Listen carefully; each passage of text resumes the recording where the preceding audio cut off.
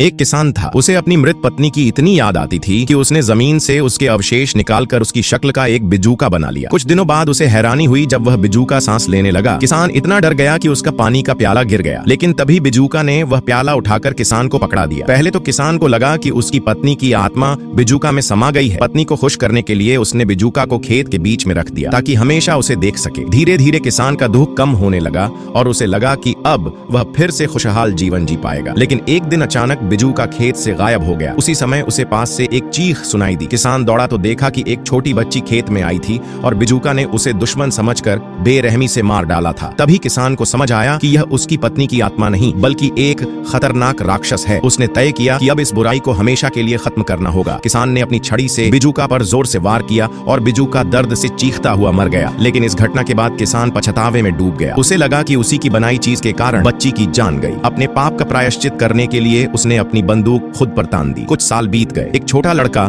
गलती से उस जगह आ गया। वहां पर लोगों ने फिर से बिजूका को लटका रखा था। कौवे जोर जोर से कांव कांव करने लगे। लड़के को खतरे का एहसास हुआ, लेकिन पीछा करने वाले लोग उसके पीछे थे। इसलिए उसने किसान द्वारा गोपी गई बैसाखी उठाकर हथियार की तरह इस्तेमाल की। उसे क्या पता था कि इस हरकत से बिजूका दोबारा जाग जाएगा। लड़का डर कर भागा और एक पुराने घर में छिप गया। लेकिन दरवाजे के नीचे से अजीब बेलें अंदर आने लगी। डर कर वह ऊपर भागा, लेकिन पैर फंसकर तहखाने में गिर गया। वहां उसने देखा कि बिजूका धीरे धीरे सीढ़ियों से नीचे आ रहा है। तहखाने में उसे किसान की सिरविहीन लाश मिली और एक कागज भी। उसमें लिखा था कि बिजूका बनाने में एक बच्ची की मौत हुई थी। यह पढ़कर लड़के के रोंगटे खड़े हो गए। तभी बिजूका तहखाने का दरवाजा तोड़कर अंदर आ गया। लड़के ने बंदूक उठाई, लेकिन उसमें गोलियां नहीं थीं। तभी बिजूका की बेलें उसकी ओर बढ़ने लगीं। वह किसी तरह भागने की कोशिश करने लगा, लेकिन अचानक एक बेल ने उसके टखने को जकड़ लिया। जैसे ही बिजूका उसे मारने वाला था, लड़के को जमीन पर बेंत का टुकड़ा मिला। उसने जल्दी से उसे सामने कर लिया और उसी पल कुछ अजीब